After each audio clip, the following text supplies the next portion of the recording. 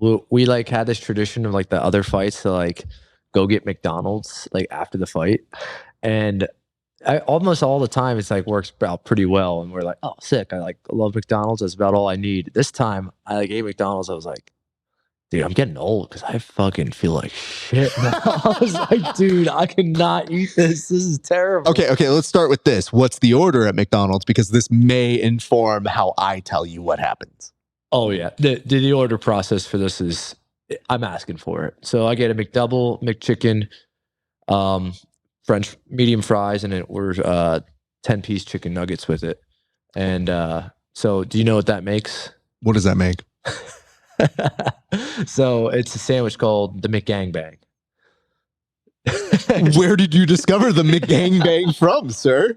So honestly, I grew up in Philadelphia, and like you could like go to like you could go like late at night and you'd be like, hey, give me the McGangbang, and they will make the sandwich for you.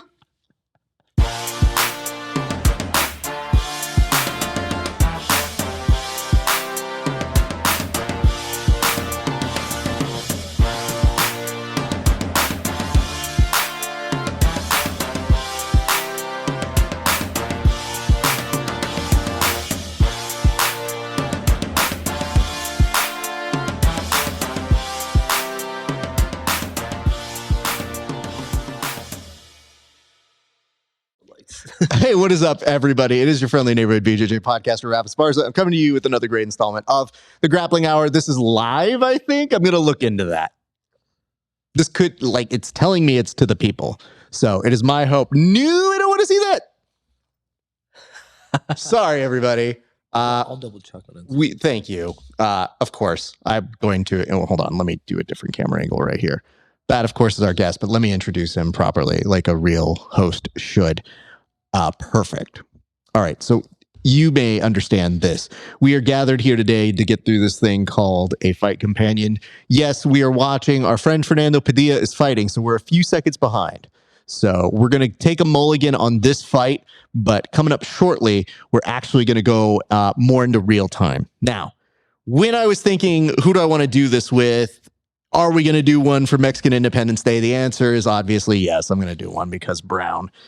But the second thing I was thinking of was, hey, when do I get to see friend of the show, Bobby Winther, after he just won his pro debut over at Cage Warriors? And you know what he said? How's next Saturday? And I said, bro, all I got is time and opportunity, and I'm happy to welcome him back to the show. Ladies and gentlemen, welcome back. Bobby Winther. How you doing, sir? Good, man. Thanks for having me. Hey, thank you for coming. These are always a blast to do. I wanted to bring you on because we have some homies who are fighting, the first of which is Fernando Padilla. So I definitely wanted to give him a shout out. I am going to apologize to him later that we were not exactly live for him, but if there's anybody who understands that, it is him. So I think he will get over it. But I will tell you this. All right, I'm going to look one more time to make sure I'm not messing up on anything. Did you see it anywhere pop up? Not popping up. It's not popping up on the thing. I may have to redo this, but if that's the case, no problem. We can make it work. I think that recently, I think that it did that for a playlist. I see that now. Okay. But I'm going to double check that. Add destination closed. These should all be going out live. So as we're figuring that out, we are just going to do this one as if it is live. My man brought me a cable, which is weird because you look at all this technology that I have and you think, Raf, don't you carry one of these? And the answer was, yes, I do. But he knows where to find this rather than going through my mounds and mounds of equipment. I have to say, what are your first thoughts on the setup here, sir? Dude, it's sick. I mean, I've never been a part of something like this, so it's really cool to kind of see how professional it is right now, man. Careful on that one. Dude, man. I think so, man. It looks professional, but you've already done an interview with me, so I think you understand. That's not exactly the MO of what we do on this show. Well, I think so, man. I thought it was dope. But dude, it's super sick. You just kind of feel like you feel important when you're on it, and like with the whole stuff. You are important. I don't know what you're talking about. My man got a knockout win, which, by the way, we'll do a breakdown if you are a premium subscriber. We're going to film one today because it was awesome. So before I go into this fight for Fernando, I do want to ask you this. what did it feel like to get that win? Because for you, pro debut, you've already had matches. You've been competing like a monster in the jiu-jitsu scene. What did it feel like to actually get that win? Dude, it was awesome, man. I think, and even after the win, you can kind of see it like all on my face and in my reaction. It was just, I felt like it was 9 months since the last fight I had defending the California state title. I was supposed to go pro in June, cut to 55. Then the fight fell out, and it was just like, oh, damn, that's a lot of training. Keep going on, and then finally, hey, everything like stayed the course. He stayed in the fight, and we got to the fight, and then to finish it on the feet, I'm a grappler by nature, so to get a knockout on the feet, I mean, for the pro debut on a show like Cage Wars, I couldn't have been even. You looked so happy getting that so finish. I saw that look on your face. And we were talking off air, and I told you that I was doing another interview while watching your fight. So there was a little bit of me like going like, all right, let's hey, tell me about that one match you had. Is he winning? And the worst part is, because having done an interview with me, you see me the whole time. Yes. You don't see what it looks like on this. You don't see the split frame. No. So you just get a whole bunch of me. And every once in a while, I'm fixing an issue. Like, I think my camera went out when we were doing it. Yeah. And so it goes out and you're just talking like, is this still happening? Yeah, I'm like, I think you can still see me, right? And you just forged ahead, and I go, God bless. This guy is he's going to be a fucking monster. Thank you that he is doing it. Because I came back pretending like nothing's wrong so I don't have to edit it. And I go, intriguing. What a response. I'd like to ask another question. It has nothing to do with what you just talked about. So the power of editing, it does compel you. All right, I'm going to make another look on here to make sure that this did go well. But I will tell you this. You can't, so you're equipped. You did bring a fanny pack here. As always. So you're always a fanny pack guy? Always a fanny pack guy. How long have you always been a fanny pack guy? When did I think I started being a fanny pack guy about three and a half years ago, just before I started like really getting into the competition scene. Okay. What was the changing dynamic here? I was always wearing shorts without pockets, and I was like tucking my phone and my wallet in my waistband. I was like, dude, this fucking sucks. If only they had a pocket that you could just take on and off whenever you want. Boom, fanny pack. And then just a bunch of my friends eventually just started doing fanny packs. And I kind of got cool again, I think. Or not cool, but like, everyone accepted it. And then now all of a sudden everyone's kind of back on the fanny pack game. Listen, dude, that's the whole thing is I'm not on the fanny pack game because too many people are on it. Yeah. So I have purposely tried to like stay out of it. And there are too many people in jiu-jitsu who are on that train that I go, shit, am I going to get in on this? Like, what am I doing? And I'm like, I don't want to ride this trend. I want to be a little bit different. So that's kind of my hope when I do these things. But props to you. I can appreciate that. And, I think maybe it'll come back to full circle where I'll be like, maybe I'll just start wearing pants with pockets. I love that it all could have been avoided if you had just been like, pants with pockets. And they're like, yeah, you could do that. And you go, I'll just get something completely out of the way. Well, if you wear like light shorts and you put heavy stuff in your pockets, it's always like feeling like my pants are coming down. And I'm like, dude, I wear my pants like how they're supposed to be worn. And how is that, Bobby? Not below my ass. Okay, well, I have to ask this too, because having just trained with you, I understand you have fairly powerful thighs. So I've learned that when you hit a triangle, I'm like, oh, try to escape this is futile. Like, my man's strong already. You're already built like a brick, and that may contribute to you being like, hey man, listen, this drops. I'm not trying to be unclassy when I'm walking around. Yeah. I will just get this fanny pack and do that. So when you're saying that, most people, when they have those down, I think it's so that it kind of counterbalances the weight. Yeah, you think so? I think sometimes they have it long because, again, there was an era where you were supposed to have your pants or your shorts hit where your knees were. Yeah, almost like basketball. And then it was like the dad thing if they were above the knees. Yep. But then it became cool. Now everybody and their mom does it the opposite way, and most people in our sport are like, "Oh, are you guys getting to look at these games? Yeah, like, oh, you guys got to show off the merchandise. Is what's happening there." Absolutely. If you got the thoughts, you got to show them off. I just wondered how much of that is when you kind of see bros who have the sleeveless shirt and just go like, oh, did Did you guys notice these gains? Yeah. Oh, that's so weird. I didn't think that you would. Oh. You know, it's funny. I like never really wore like tank tops all that much. And then I had gotten like a Lululemon tank top and it was like pretty comfortable. I was like, all right, I'm gonna start rocking these. And then I had gotten a tattoo around the same time. And I get noticeably more people that comment on my tattoo when I wear sleeves versus where I don't wear sleeves versus that. And I was like, damn, this is kind of weird sometimes. So I was like, I don't know if I like at sometimes I'm like, all right, if I'm wearing this for like comfort, I got to be prepared to like talk to people about this tattoo for a second. And then at times I'm like, you don't want to talk about it. You're over it. You're at the same time, you're like, fuck. Oh, it's a video game, you know, like I didn't play it, but like I mean, honestly, dude, when you told us on the show, I was like, oh, that's very nice of you to take the time. I don't know how many people are asking it, but I always assume, I'm like, if you sat in a chair for a certain amount of time to get it, it means you're probably willing to talk about it. Oh, absolutely. Yeah. Like I like talking about it, but then there'll be like sometimes like you're at the grocery store and then like some random person asks you and you're like, dude, I don't really want to have it. I want to grab We're not here, dude. Yeah, I'm not doing that with you. Okay, so I think I've ascertained the fact that I can't find it anywhere. Yeah, so what I'm going to do is I'm going to stop this in a minute, but I'm going to get through a couple questions and I'll throw this on my my show stuff on the paywall sort of stuff. So that way people can see this. So why don't we go ahead and clean out just questions about how your performance was at the actual fight. What was the hardest thing about getting ready for this fight for you? I think the hardest thing getting ready was just like,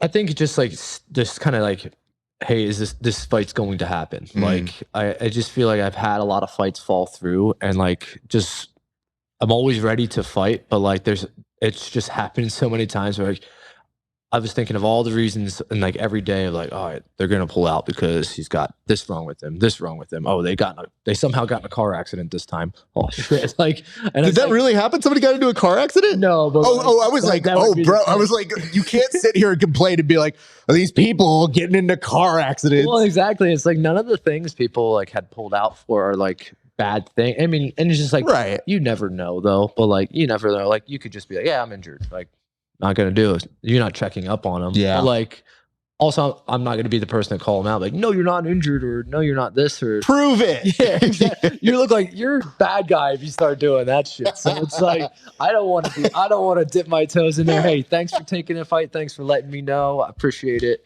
It sucks still, no matter how you tell me. Okay, so if that's the case, I always like to get a sense of what was your worst day of camp. Like, do you have one day that you remember that you were like, dude, this fucking sucks? Dude, actually, yeah. So I had gotten COVID at the first week. So I guess like a month out from the fight. Okay. I had gotten COVID and I was down hard for like 5 days. And it was like, I remember I had gotten COVID when COVID was a thing and didn't fucking do anything. Dude, this thing knocked me down. I was like, whoa, I was on the couch for like 3 or 4 days. And then I was like, 2 or 3 days, like, all right, I think it's gone. But yeah, so like that was really hard. And then coming back after that was like really felt my lungs like definitely just like attacked with an illness. And I was like, oh shit. So just kind of like getting back into that. I knew I had enough time to kind of get back and get the lungs back. I was always pretty good with the technique. So I was just working different parts of the game. Like, all right, if I do end up on my back, like I can't hold this person. How do I want to like expend the energy in case I have to pace it out like that? So we went through a bunch of different contingencies, which actually some played out in the fight. So it was kind of good that we did that. Very interesting. I like I had a similar experience with COVID where oddly, these were 2 terrible times. Don't recommend it, by the way. The first was during an ADCC fight companion that we were going to do. I noticed that I wasn't feeling well. And normally we do one of these, I'm watching it live, and I could hear my voice going. And because I did speech and debate for so long, I knew how to get past that. I was like, we're just going to speak a little lower. And we're just going to really pick and choose our times. And it really sucks for comedy because you're like, I see that Joseph Chen is passing like a whore in France. Oh, fuck, I can't do it. You know, like you can't finish these jokes. And man, it sucked. The next time I got COVID was during the actual ADCC when I was doing another fight companion. Oh God. And it just, I remember the first one was like, I just shouldn't be on air. Yeah. The second one was like, I need to make sure I told everybody what happened. Yeah. I need to make sure everybody's safe. And then everybody's like, we're fine. And I go, cool, because I'm not. Oh my God, this sucks. And nothing feels worse than when you come back and you wonder, what are the long-term effects? Am I one of those long COVID people? But you do notice you're not the same. Oh, yeah. Like in the gas tank. Mm-hmm. And then you start thinking like, oh no, did COVID take away my jiu-jitsu? Fuck you, COVID. Yeah, seriously. I need this shit. Yeah. And you're like, especially like my style is predominantly like it requires a lot of like cardio. You need to be able to keep a pace pretty fast and hard for a long amount of time. So it's like, okay, I hope that this doesn't fuck me. So like we gotta practice as if that we might not have that as well. Like, or we may get gas. And luckily didn't get gas, but definitely got tired in the fight. Yeah. I think more, and I'm used to competing at like a higher pace, especially with the homies I train with. So that's always good. But like, Can affirm. Waiting for the time to say that. We had just an open roll where there was no clock versus one later where we put on a clock. This man was two different people.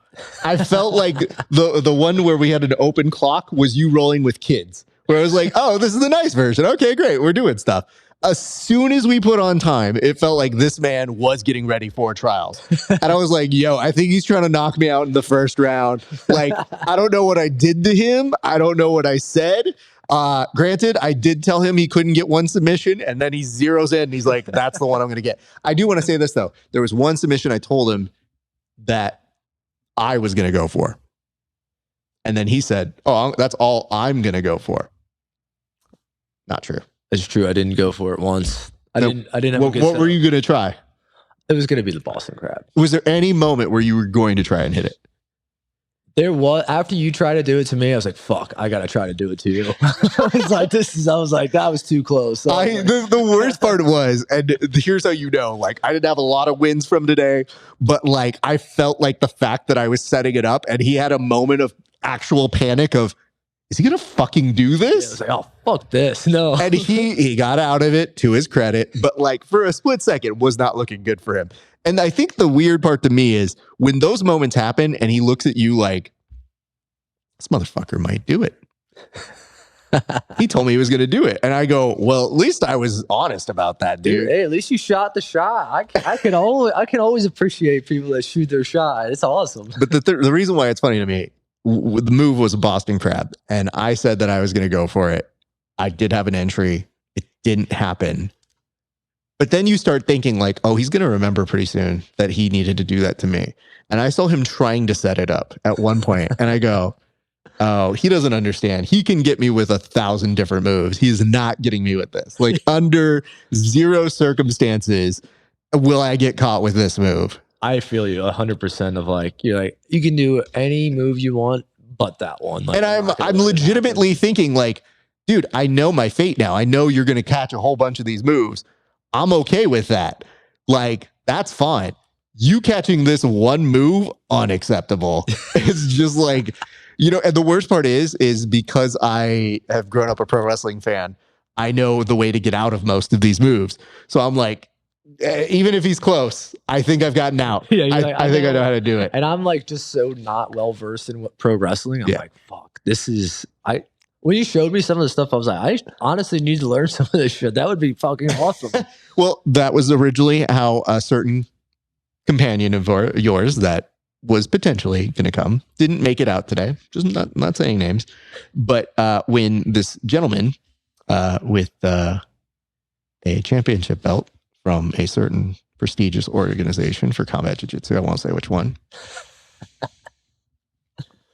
Anyway, when that gentleman was told that, I was like, yo, I actually hit some of those moves. And he goes, I want to finish a fight like that. And I go, oh, I'll show you. Like, I'll show you how I do it. And then you go do it too. And he's like, I really want to fucking do that. I go, yeah, when you come up and train and you come and visit, I'll show you. So I've shown it to you. Yeah. You can affirm to him. And then you can tell him like, yo, Raph's not a fighter. So if he were a fighter, or he were you, It's a possibility. We can make it happen, I think. Honestly, and like we want to make grappling interesting again. Dude, just start doing pro wrestling moves in grappling. Dude, but we got the merger with the WWE. Absolutely. You got to be ready for it, bro. We got to start going in right there. The worst part is, and I only showed him like 2 or 3 moves, but I realized at the end of it, I was like, there's a couple moves from side control that I feel like if I did teach you, game over for a lot of my game. Like really bad news for me. So I'm glad that you were entertained by that, but we will make something like that happen. Yes, I'm in. Let me say this. We're going to get a little more information over here about his fight. But before we do, this is an Interbrew trademark, I think. I hope we have it. I'll have to look at the trademark patent organization. But we bring out our patented glasses. These are Grappling Hour glasses. Now, normally when we do this segment, we drink some beers. So we have a selection today. Today's first selection, let me see if there's a better camera angle here. No, that's washed out. No, it's washed out too. All right, here's the one. This one is Valley Girl Blonde Ale. It is 5.6 ABV, 16 ounces, and it is from Valley Brewery. Surprise.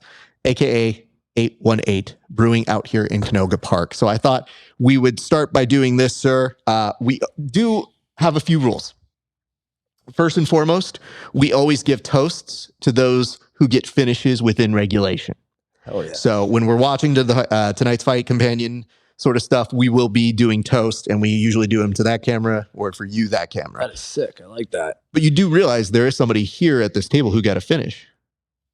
So truly. Here's what I'm going to say to you, sir. This toast goes on out to you. Cheers to you for getting a sick finish, your first knockout finish in MMA. Many more to come, I'm pretty sure. But I will tell you this. If you roll with this man, it's dangerous. Don't sign up for it. Run away, run far, and for the love of God, this dude is trying to tell you when he's wearing shorts. Fucking powerful fucking thighs. You're going to get triangled. There's nothing you can do. I tried. I'm usually not triangleable, but today I got triangled a couple times. But I want to say congratulations. Nobody deserved it more, my friend. I appreciate you. Thank you so much. All right. How do you feel about the Valley Girl Blonde Ale? It tastes really good. Okay. I like that. Yeah. I wanted to start off easy. I like that. Normally, whenever we go to a bar, I usually go to the bartender and I say, give me 4. Just samples. So these are, we're splitting the beer. That way we do the samples. We're being responsible here, people. Mm-hmm. I think. I don't know. I can't say that. We're going to do a fight breakdown. So we're not going to talk too much about the actual mechanics of the fight. But I did want to get your take on what was maybe the most valuable thing that you did during camp. Like, what do you feel really paid off the most? Because I know you said that part of it was some of the precautions you took training post-COVID, but you also were talking about it, in my opinion, in more of a grappling sense. That means there was also a striking coach or striking emphasis that really made a difference. Yeah, absolutely. My coach, Vince Salvador, and we can tag him at the end, would be awesome. But he's been always tying my striking into my grappling. And so we kind of came in with a pretty good game plan on like the striking, like to not have to rush the takedown if we didn't have to. And can kind of go into what the game plan kind of was getting into this fight, but I felt a lot better with the striking. I was striking in multiple both stances, so I tend to switch in and out of stances a lot. And he's been really refining me being able to see like the lines in which like good strikers can like operate in. And if you're a good striker and you can tie it into your grappling, it just kind of makes that whole MMA game work really well. So I think we spent a lot of time figuring out those entry points into our takedowns, so that way we could like really just like make sure we're safe. We're not taking any unnecessary hits, and we can just get to the game that we need to. We don't need to rush to it, but we know like when the entry points are there, we can just send it rather than like have to feel it out for like 2 rounds. I want to point this out because having gotten to experience it right up front with the way that you roll, I was very glad slaps or punching was not allowed, because I found myself in a number of different positions where normally my transitions are better, but I was also very weary of your back control. And when that happens, it kind of it forces you to make one bad decision. Yeah. You're not sure which bad decision. So all I could think about was, man, I'm so glad he can't strike me from here, because so many of those elements were dangerous. Just the way that you were implementing your jiu-jitsu game, I can only assume in the MMA sense, it's like, oh, it's worse. Oh God, no, don't hit me, dude. Because as it was, I saw where the entries could have been. And there were at least 2 times during mount where I was like, I hope he remembers not to hit me. Because at this point, this is going to be very dangerous and bad for me. If this dude just starts wailing on me, I'm going to be like, oh, fuck, dude. Not only do I have to go like spamming heel hooks, but I got to like legitimately run away at a certain point. Dude, well, thank you. I really appreciate that. And just spending a lot of time like grappling like that and trying to like always in MMA, it's cool because you have more weapons at your disposal. Like I have those elbows, I have those short strikes, I have knees to the body if I need to. But also kind of I try to take that same concept to how I roll we try to take that into the striking realm. So like before we even get our hands on, just to like, hey, how do we cut the cage off to make them make bad decisions? Oh, you're gonna pay with the right hand here. Oh, you're going to pay with the left. You're going to pay with this hook. Or, hey, I'm just going to stalk you until you make the mistake. Oh, you came forward, takedown. Easy. Yep. So it's like try to like get your opponent to always kind of do the things you want them to do and just have like a set of options with it rather than trying to like, I'm only going to fucking try to land this overhand right. Or, hey, I'm only going to try to like fucking take this armbar or at all times. And you're like, damn. Well, as you can see, we saw that one chick with the fucking armbar. We were watching on the prelims over here for today's event. There was a previous fight and we were nervous. And you know what's weird? I feel like we're desensitized to so much as grapplers and especially as fighters that we just kind of go, you're fine. Yeah, you should tap. Your arm's not great. This was one that I was starting to clinch up and like, I don't like this. Yeah. And I thought like, oh, ref, you're probably looking like a bail pussy right in front of this fighter. And meanwhile, my man's over here being like, please tap. Like, it should be over for you. And then afterwards, I like just confided you and I was like, I don't feel good after that. And you go, bro, my arm hurts looking at how extended that arm was. So a lot of similar feeling there. Okay. So many questions, a few that I want to direct here. Now that I see you up close and in person, and I'm not interviewing you when you're in a car, we talked about your previous tattoo the last time. I want to see Ghost real quick. Absolutely. Okay. I'm glad you were wearing a long sleeve because I had prepared mentally, if it was a short sleeve, that I was going to see this dude staring at me when I was rolling. And I thought that's going to be the most intimidating thing ever. So I'm glad when you had like the long sleeve on, I was like, thank God, man, because I was just feeling, I was like, if that thing looks at me, I'm probably going to be like, this is very scary. Maybe I should go no shirt then for the trials then. Legitimately, there is a science that shows sometimes shirtless does win. And I think it depends on the person though. So I think you got to, it's not a perfect science, but during our fight companions, we call it ADCC style. So we're like, oh, this guy's going ADCC, no shirt. Okay. Yep. Yep. Oh, he advanced. And he was very slippery out of some of those heel hooks. Sense, huh? And like we do it because I just go, we used to have my co-host. He came on as a fashion correspondent. So when we do them, we're always looking for like bits and funny things to do. Yeah. And I thought, what would be funnier than having somebody show up on our show like they were a fashion correspondent for all the latest fashion in no-gi. And so he would come on and he would get super dumb dressed up and he'd be like, this year over what JT Torres is wearing. Tatami, seen it. You know, like absolute nonsense on so many of our friends. And we always do that. And I won't be surprised if he makes another appearance for our upcoming trials show. Dude, I like that. That's fucking funny. But here's the nice part. Because if we see you do it and you're there, we'll probably put these clips together and be like, well, he wasn't going to do it until we peer pressured him. Yeah. And now all of a sudden he's like, I don't know. I got this extra. Have you guys met Ghost? Oh God. Yeah, we just decided to come out to play today. So I thought about that, but I've been staring right now at the knuckles. You'd show me you got the knuckles, but now I'm seeing them up close. These look like the symbols you're supposed to put to make a strong password. So now when I see them up close, I have to ask, I could understand one of them, but what are they combinations of, and do they have any meaning, or did you just start assembling them one by one? Well, so I kind of just started assembling them. Like I had this one first. This is just a compass rose. Okay. Just without like all like the North Star and the North and all. And then I got these 4 after. My sister has this one. So I was like, all right, I'll just get this one with her. I got a heart for my wife. And then I got a triangle for Jiu-Jitsu. You fucker. Okay. See, look, just don't pretend like I'm making this shit up. My man literally got a triangle on his pinky just to remind people like that he has the proper etiquette. So this dude needs to literally start putting pinkies out when he's like, Pinkies out when I'm doing the triangles now. Yo, I got to start doing that. bro, you have the insignia. I don't know why you wouldn't. Damn, that's a dude. Don't do it to me though, because it would be really, really depressing. It was already bad enough when I go, I don't think I'm going to get triangled again. I think I'm safe. And then my man's going for like literally all of the triangle setups.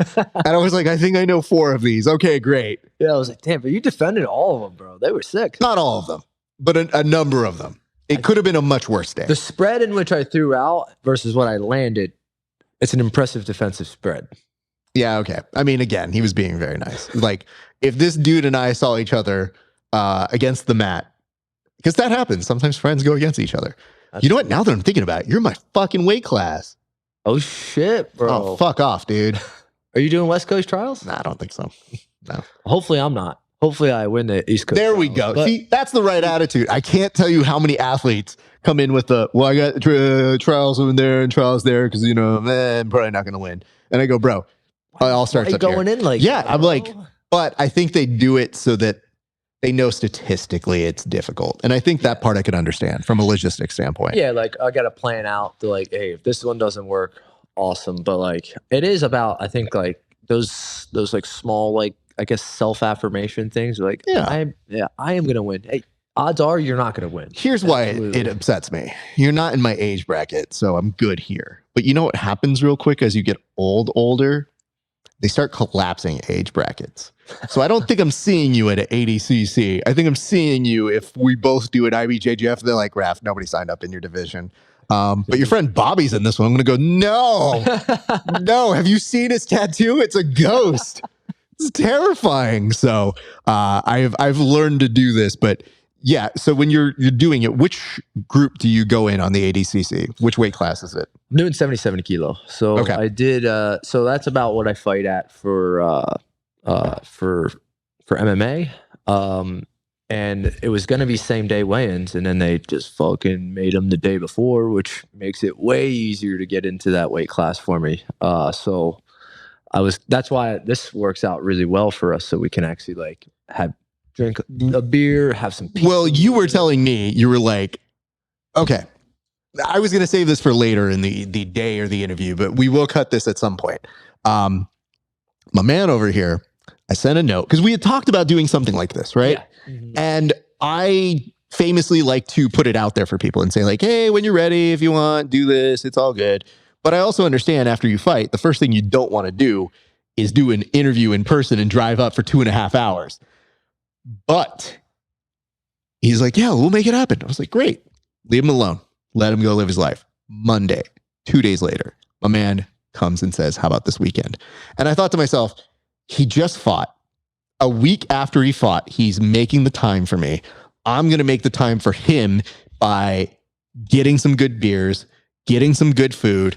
But I have to tell you what a difference maker that is as a host, because all of those things are super dope and nice, but it's an extension of when we were interviewing and I was going to compete and you were like, yo, tell me how that competition goes. And I don't normally have people ask that. And if they do, they don't mean it. They just go like, hey, tell me how it goes. And like half the time I'm like, I'm not going to bother you. Like, no, I'm just going to be like, hey man, thanks for doing the interview. I legitimately was like, hey, I tagged you in this. Great. Dude, how did the competition go? And I'm like, you know, there's you get a good feeling of how people are where it's not bullshit.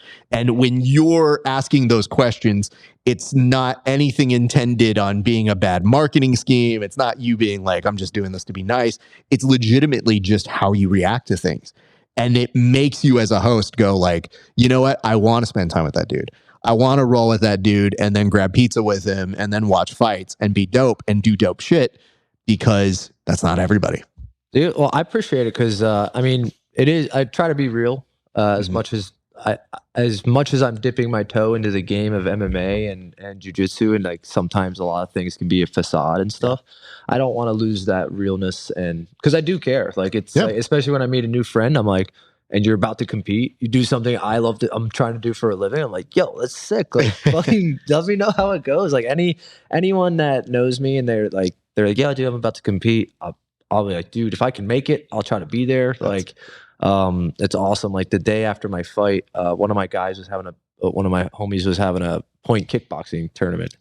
Like he just was having a match, and those things can kind of go all day. And I was like, okay, like let me know when I'm going to try to be there. Like later in the day, we had some plans, and it ended up working where we could come and see him. And I just watched him beat the shit out of the dude. I was like, dude, I felt so much happier, kind of like watching him like do it so well, because I was like, oh, he's just starting out, and he's like looks great. He's putting it all together and shit. So it's like I care about.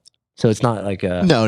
It's a real thing. Yeah. And if I felt it was a facade, I would have been like, all right, I won or I lost. All right, thanks, dude. Yeah, peace.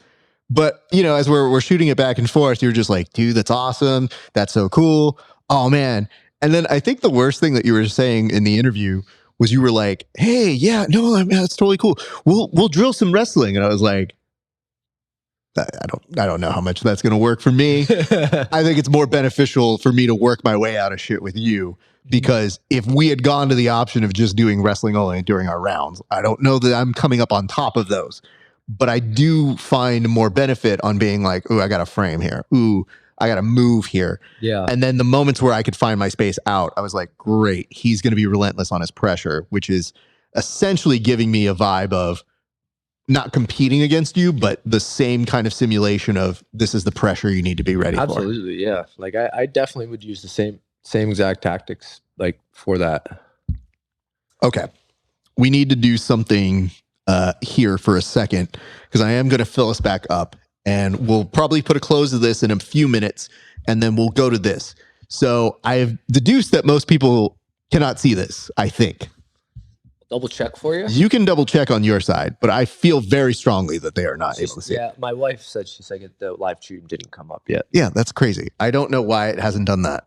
I do think that the streaming thing changed something recently, so it could potentially be that. I don't know. Okay. What I feel we'll do is we'll just reset it. But since we're doing the interview now, we're just going to do it time shifted, and that way we can fast forward through commercials. That's way easier. I think so. That's actually kind of how I prefer to watch the fight. Is that really? Yeah. Okay. Because part of me was like, oh, it's not going to be live. I hate that. But I also go, I would much rather spend time asking you about your fights in a way that's not like, oh shit, did you see that? Like, I'd much rather do what we wanted to do for the interview and do that. So perfect. A couple more questions on that. There was somebody walking outside of the gym right now, and the dude's just staring on the inside like, and I love when people do that, because I go, no, people will beat the shit out of you. Abort. Don't do that here.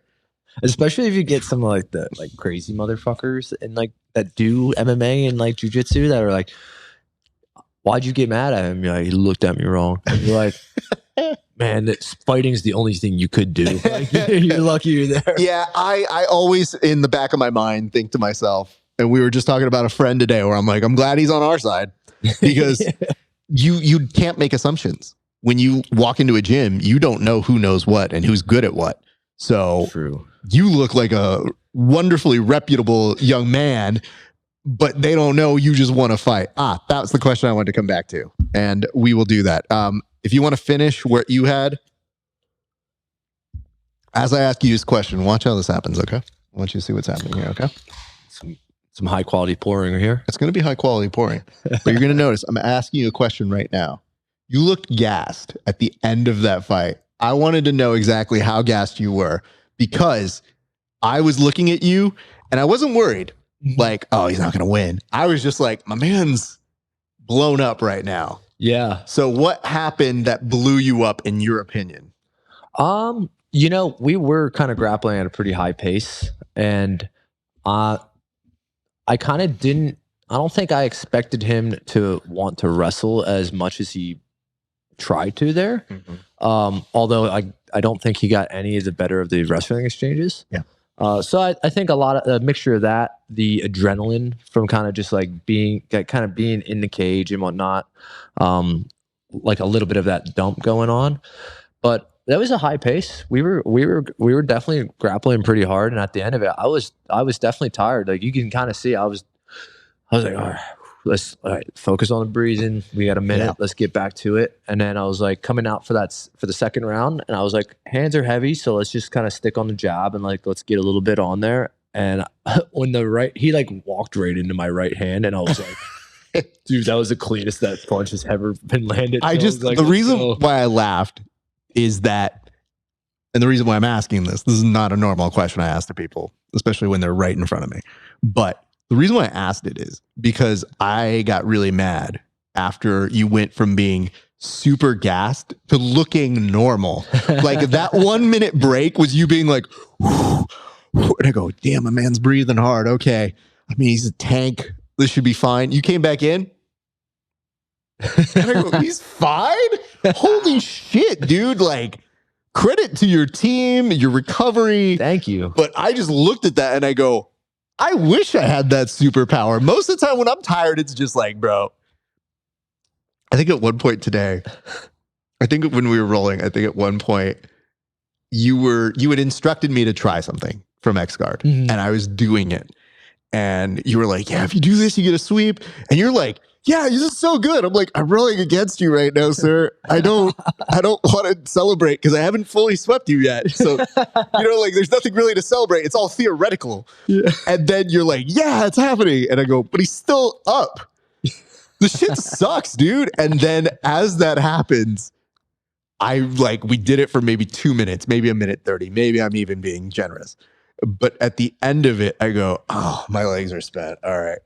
I almost wanted to tell you verbally, all right, dude, do whatever you want. I'm going to take 5 minutes from here. You're going to have mount, and I'm just going to let you do whatever you want. Yeah. I'm just taking a 5-minute breather in this position. And that, if you're rolling with him, does not exist. So I'm just kind of like, I almost said it as a joke. And then I go, nah, I was just going to pour it on me more if you fucking say this. Like, okay, sick. You're going to be like, that's great. You're doing such a great job. No, dude, you're still in mount and it didn't work.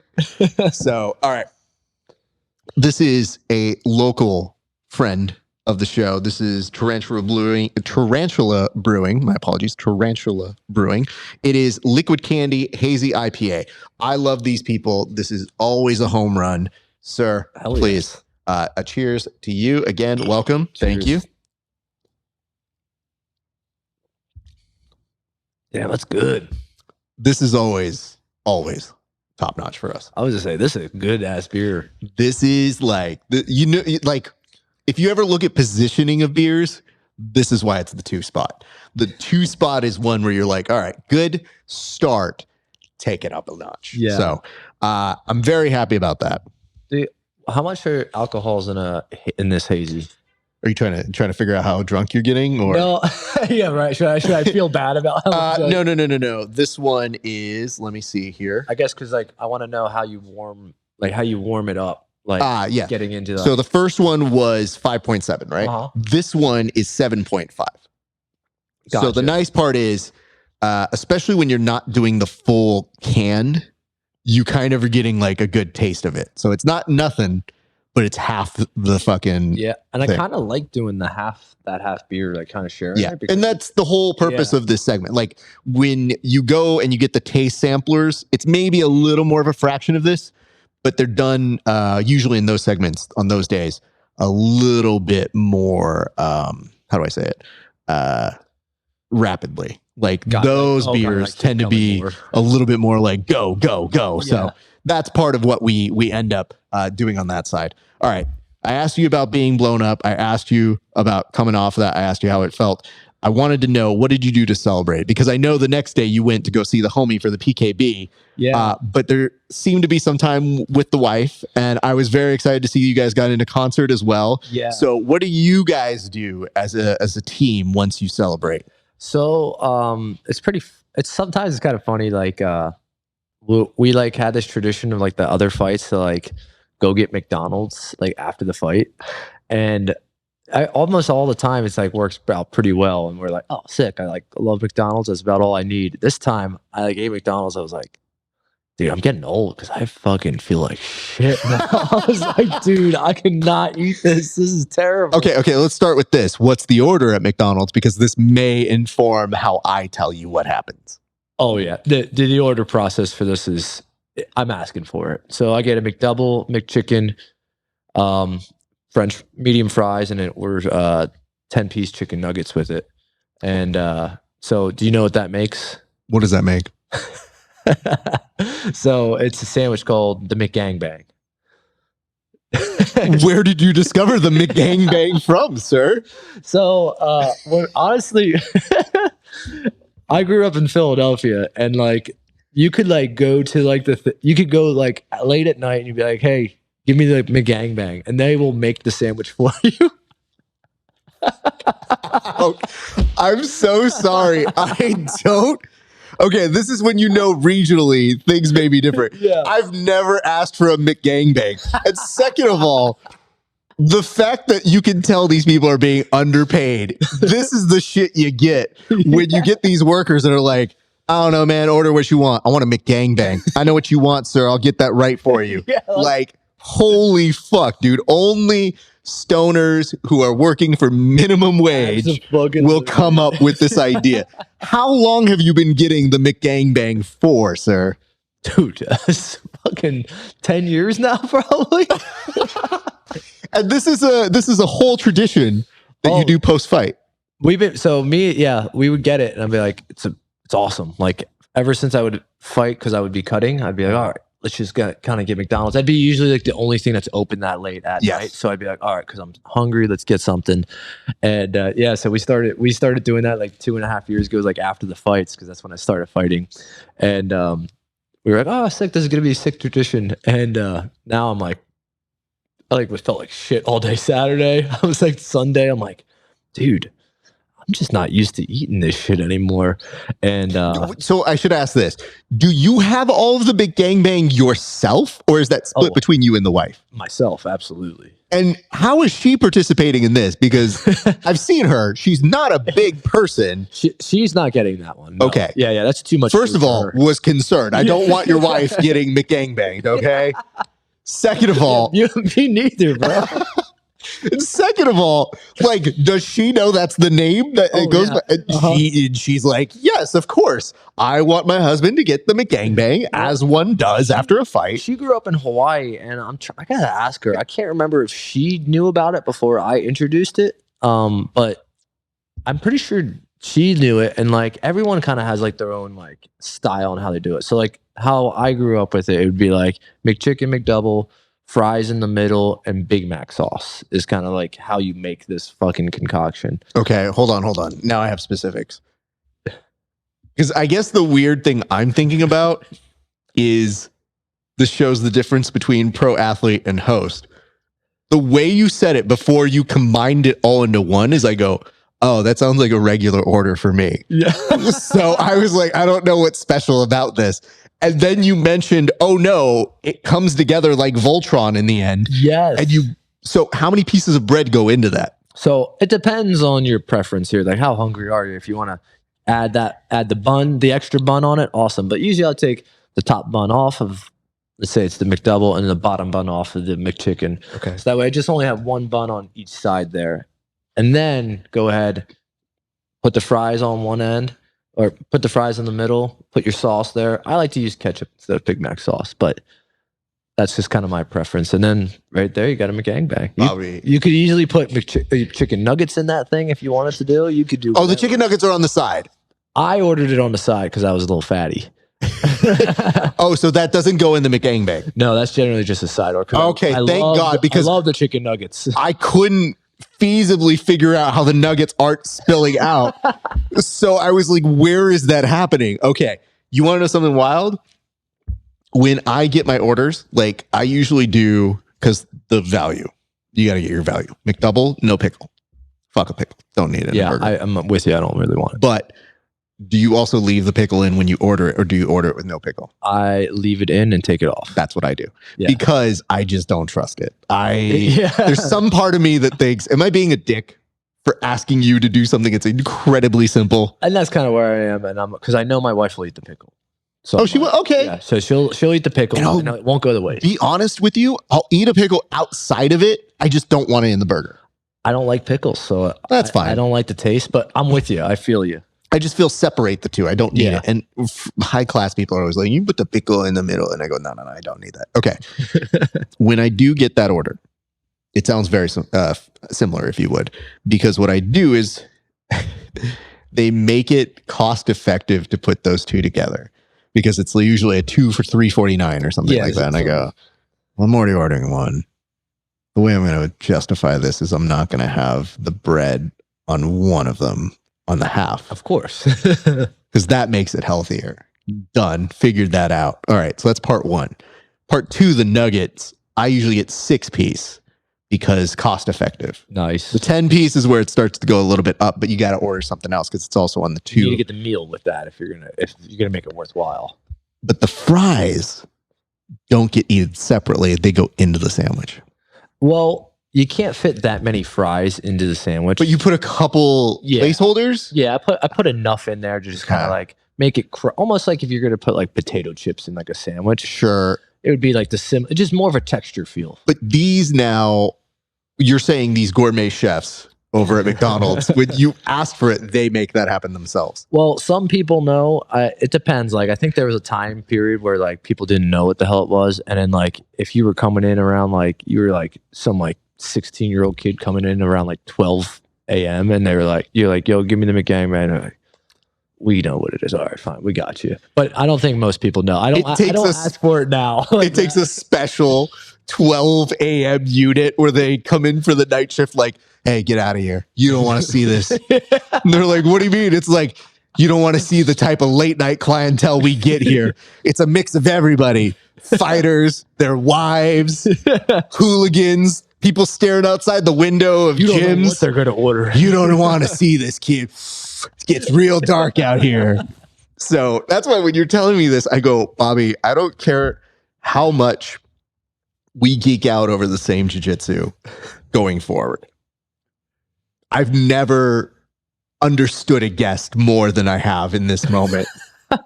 Because the way you described it is I was like, that's my order. I was going to say that what's funny is that you've gotten this thing and not known what it was, that it is a McGangbang for so long. So you've been getting a McGangbang for how long now? Dude, don't. Like you said, it's when it's late and there's nothing left open and you go, like, I got to go. It's going to be under $10, but it's going to destroy my body from the inside. I'll take 10. All right, give me 4. The worst is if the wife sees me, she's just like, you didn't give me anything. I was like, I'm not getting you this shit. It's too late. I don't want to be eating this. So, okay. I feel smarter now, having known this conversation, because most people would not be like, you know what we do to celebrate, Raph? We get McDonald's. And I was like, surprise. I would not have pictured that for you. And then you go, but not just any McDonald's. The McDonald's experience. And I go, God damn. Now, here's the reason why you're feeling older. Okay. Because you work so hard on a fight, especially in those moments, as you get older, your body starts to have nah, dude, we didn't work that hard for this. Mm-hmm. Like your pro debut, people talk about the adrenaline. There's also adrenaline that happens when you leave. It's a drug. You still have it as you're going. You're like, we're going to live forever. We're going to party. Give me a McGangbang. Oh no, I didn't want to do this. This was the bad choice. I did all that work. Yeah. So I think your palate is refining is what's happening. It really is. Like, ever since I met my wife, I used to be like a pretty picky eater. And then she kind of introduced me to just like eating kind of whatever. And I've been loving it. So I get a taste of like food I haven't really eaten before. And then now I come back to like some of the old shit that I eat, like McDonald's, and I'm like, dude, this is just not that good. Like, I can't believe most Americans are eating this shit. Like, I was like, this is terrible. My suggestion, just do the 2 for $3.49. Get your McChicken, get your McDouble. Because honestly, in a pinch, when I don't want to do it, and I want to say it's sometimes once every month or once every 2 months, I go to McDonald's and I go, that's what I'm getting. And I'm like in and out. And maybe on a day I go, add some McNuggets into that. Yeah. Honestly, Call it a day. I mean, like getting like just like the McNuggets, that's fine. That's perfect. And my wife is just more sensible when she goes in there. Like, she's just like, I know what makes me feel bad. I know what, I'm not going to go overboard here. And she gets what she wants and she feels fine. And then I'm like, dude, I haven't fucking eaten this in like months. Let me fucking get this. Let me get that. And then she's like, I think you're like going a little too much. She's like, no, I'm not. and then I'm like, next day I'm like, oh, honey, I'm sorry. I did it again. And she's like, told you. I'm glad that you get like a belligerent drunk. No, I'm not. You can't stop me. I'm doing what I want. Yeah. I'm going to live forever. The next day, cut to him just on the bed. Yes. Well, you know, it's funny. Like this time was the first time that had happened. Like before, like I was be like, oh yeah, party. This is fun. Let's keep going. And I found out post-fight ritual that I don't necessarily like going out like that night because I'm pretty tired from like the whole day, the adrenaline rush and everything. And generally, I think like everyone wants to get super, like if you're like out drinking with people, they're like just touchy-feely. And I was just in kill mode, and like I'm not in like the I want to hug people mode quite yet. Whereas like the next day I can be like, yo, what's up? We can like, if we're drinking, we can like have fun. If someone like puts their arm around me, I'm not going to be like, get the fuck away from me. Like, not that I would do anything, but it would just be like annoying at that point. Don't hug Bobby after fights. Well, if it immediately after the fight, yes, do it. And then, I don't think so. I think you literally laid it out. You're like, it's a 12-hour period. Don't touch me. Just, acknowledge, head, fist bump, at most handshake. I'm a handshake hug. I'll always handshake hug. Especially if I win, I'm going to be like, I couldn't wipe that fucking smile off my face. You really couldn't. And it was great to look at.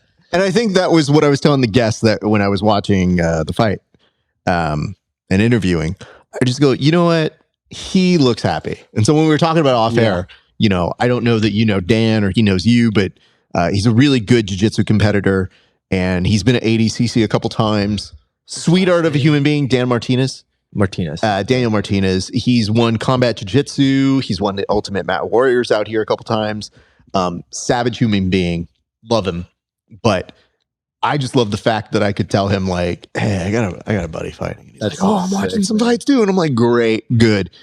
But I just love that he shared that same thing where he's like, well, how'd he finish him? And I was like, this jiu-jitsu guy knocked somebody out.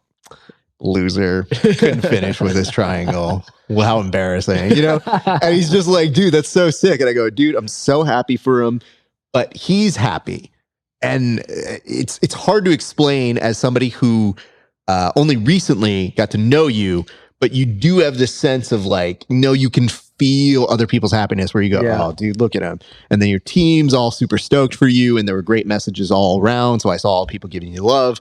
And it's a good feeling. So it's great. It really is. And, like that's I think a drug that you just can't get enough of is just like that happiness right there. And like, I think a lot of people tie that happiness into the result of the fight. And I think that's a dangerous game you play right there. Like, cause you might not win all of your fights, or it might not go as great as you had hoped. Yeah. But the journey of like having the team, having the support there with you, and like to be able to compete on a big show like that's awesome in general. So like making sure I kind of like keep it into myself, like that winning feeling, it is a fleeting feeling. Like you're if you're only after just the win for like the feeling of it, it's you're gonna lose eventually. Yeah. So just kind of making sure like what actually makes you happy, and like I'm doing what I love. Like this is sick. I'm just like I'm living it, and I get to meet so many great people, and also I get to compete against great people. Like if I lose against someone, it's because they were better than me. Like that's really what it was, and that's the coolest thing to me. I can always find that person that's like can beat me, and that's super humbling. And I'm like, dude, this sport's sick. Like I fucking love it, dude. Like, I hope I can always prove that I'm like the best guy, and I'm always gonna be improving. But it's just cool. Hopefully I humble people, and then I can get humbled as well too. Like, and you're always gonna make mistakes, but you got to know how to capitalize on learning from your mistakes and capitalize on their mistakes too. Yeah, you really should always be gunning to get those better reps. And we talked about the rooms that you've been in, and I have so much respect for so many of those guys. They're friends of the show. Yeah. And I just look at them and I think, oh man, I can only imagine how tough some of those rounds are, but how beneficial they are to not just your jiu-jitsu game, but now there's a more serious implication of when you're fighting of like, yeah, that jiu-jitsu's got to be a good base. Like, sure, stand-up's going to be money. You got a knockout now that's going to be momentum. And yes, that's a drug to chase after that. But there are going to be fights that you're going to have in the future where you got to really rely on that bread and butter when you need it. Yeah. Like realizing that, like, yo, this hand's not just going to drop everyone. Or like, I'm not just going to be able to just take everyone down and hold them down and choke them at all times. Like, it's gonna there's a lot of different puzzles out there that you're gonna have to work, and it's like you said, like training with the guys I train with, it's just awesome to kind of keep learning, and like having the coaches I have, and like realize like there's always so much more. Like I don't know how you could get bored with this. Like like even if you're not competing at a high level, like competing to be a professional fighter, just to like do this to learn it. Like I do it like twice a week, dude. You could literally learn this for the entire like rest of your life, and you'll be like, oh, sick, I'm happy every day. Absolutely. Well, here's a good place to cut it for what will go up. Originally it was supposed to just be a fight companion, but it turned into our actual interview, and I'm glad we were able to do that. I always like to give you an opportunity to shout out sponsors. I'm going to let you do that that's your camera right there, sir. So shout out family members, teams, sponsors, all that good jazz right over here, sir. Cool. Awesome. Family members, obviously my wife. Like the most, I think, underrated thing, like I can always just say I love her and everything, but she really is the rock for me with all this, dealing with my crazy ass and dealing with my crazy schedule, and I'm always training, and she just puts up with it and really helps me out. So just huge props to her. I can't even thank her enough. And then shout out to my coaches, everyone at the arena. Shout out to Vince Salvador, Chuck Martinez, and Liz Carmouche for all in my corner that time. Shout out to Anthony Orozco and Alex Trinidad, Adam Bradley, Mike Perez. Everyone had really helped out with this camp. As far as sponsors, Freebird Coffee. That's my buddy's coffee company. And Guam Nutrition. I've been working with him for 2 years. His support has always been great, and he really doesn't ask for really anything from me, and I'm like, I want to help him as much as I can, and he's just so nice. So if you ever want to work with someone who's really just a good human being and like knows what they're talking about with nutrition for fighting, go to that guy, hit me up, and I'll point you in the right direction. Defense Strategy Groups, one of the guys I used to work with, really just helped me out with this camp, and just offering a sponsorship for me, which has been just so helpful with me and my coaches. Oh my gosh, Cyan Body Works, they gave me a massage after, so that's what we did the day after. Oh, you did? Yes. Okay, because I got to be honest with you. I still, after doing all my business dealings off the side, I was like, I need to schedule a massage on Monday or Tuesday. Yes. So I'm like, oh, okay, great, good to know. Yeah, they were one of the sponsors for me, so they ended up giving me a massage. Me and my wife has a massage, which was awesome. Dope, because she deserves it. She goes through this camp with me, so it's pretty awesome. Shout out to everyone again at the arena, at Legion, fucking all the guys I train with. So I can't even thank everyone enough. Oh my god, let me make sure. The arena. Yes, the Backroom Boys right here. What is that even? I'm so sorry. I have to ask. What is this? All right, so the Backroom Boys. I'll show you the back too. Okay. Can you see that one? I think you can. Hold on. Let me see. Okay. That's a better shot. Yes. Backroom Boys, make them miss, make them pay. Yeah. So at the arena, we train in the back room. So we just call ourselves the Backroom Boys. And the saying is just like, we're good enough to make you miss, and then we'll make them pay for it. So like, yeah, pretty much. Legitimately, when I saw you wear that, I was like, I don't know what that is. Well, we'll talk about it during the interview. Yeah, this is the MMA team's thing. So my coach Vince had them all made and That's stuff. awesome. So that was super cool. Oh, I'd like to shout out Born Primitive is a new sponsor for all of our apparel gears. So the upcoming fights you guys will see, I'll be in Born Primitive clothing, and I'll have a code for you guys to shop if you guys want to use it too. Sick. And dude, also like shout out to you, man. Thanks, I appreciate everything you're doing for us. And Donna, again, if I'm forgetting anyone, I'm sorry. You know what? I think there were some pennants. I saw some hashtags. Sorry, Donna. Yeah. I saw that happen. But all the people who love you, I know they have good reason to.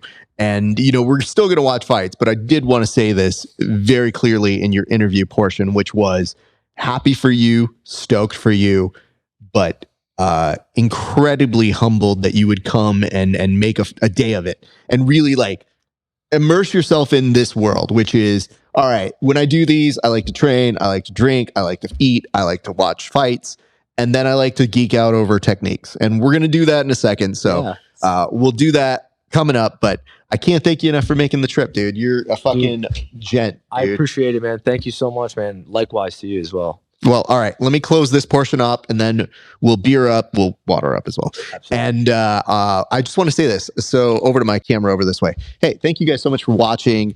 Didn't expect this to be the episode, but it is what it is. So here's what you can do. If you want to support the show, go on over to HY.PAGE/grappling hour. If you do that, $5 a month to see these interviews 30 days before anybody else. What does that mean? It means that you get to see information, stories, fun nonsense 30 days before everybody else. And more importantly, you're supporting the show, which supports me. And if you pay a few extra dollars, you could see technique breakdowns, like a tape study. Or you can see other things like some of my rolling footage. You can see extra bonus content that is available only there. So we do extra episodes pertaining to steroids, athletes who other athletes respected the most, who they've competed or fought against, and much, much more. So you definitely want to get in on either of those tiers. It means the world to me. Also, get involved in our Discord and our YouTube. Like, share, comment, all that good jazz. You can tell me right now if you have ever heard of the McDonald's gangbang, or the McGangbang, if you would. Because if you have, and I just, you know, I might have heard of it. Now that I keep saying it out loud, I might have heard of it, but then blocked it out after becoming an adult. Because I think what happens is, I think when you reach a certain age, they're like, sir, you're not allowed to say that. And I go, yeah, I'm pretty old. You're like, yeah, that's just wrong. It's just like when they carded me for these beers, I was looking at them like, what are we doing, dude? Hey, that's a compliment, huh? No, it's not. This dude literally, you know what the worst part is? He did this out loud where he goes, what year is it? And I go, bro, I showed you the ID.